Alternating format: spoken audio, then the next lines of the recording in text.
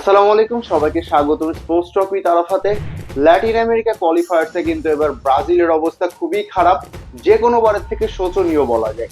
এমনকি তাদের এমন একটা অবস্থা যে তারা এবার ওয়ার্ল্ড কাপ খেলার যোগ্যতা অর্জন নাও করতে পারে, এমন একটি পরিস্থিতিতে তারা দাঁড়িয়ে আছে।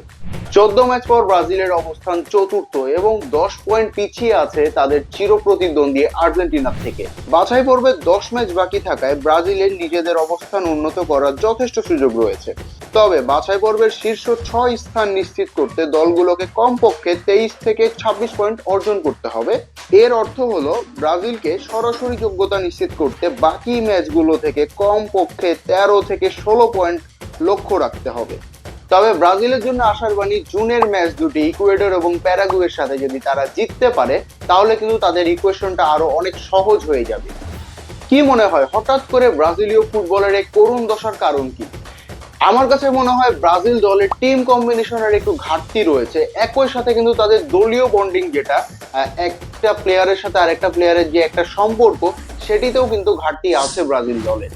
এখন আপনি বলতেই পারেন যে ব্রাজিলের ভিনি, এনরিক এবং রদ্রিগো একই ক্লাবের হয়ে খেলে, তারপরেও এই ট্যাকটিক্স বা কম্বিনেশনের ঘাটতিটা কোথায়? আবার এটাও বলতে পারেন যে রাফিনা তো এই সিজনটা খুবই ভালো পার করছে, কিন্তু তারপরেও কেন জাতীয় দলে আসলে তারা খেই হারিয়ে ফেলছে?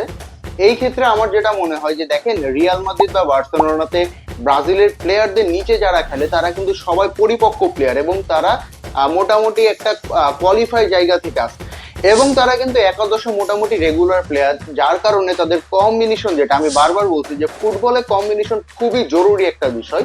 সো তাদের ক্লাব ফুটবলে কিন্তু তাদের এটা পিক করতে পারে, কিন্তু ন্যাশনাল টিমে যখন আসে তারা, তখন তাদের এই কম্বিনেশনটা ঠিক থাকে না, কারণ তারা রেগুলার তাদের নিচে যে প্লেয়ারগুলো খেলছে তারা কিন্তু রেগুলার ন্যাশনাল টিমের হয়ে খেলে না। তো আপনাদের কি মনে হয় ব্রাজিলের এই দুর্দশার কারণ কি? কমেন্টে জানান আমাকে।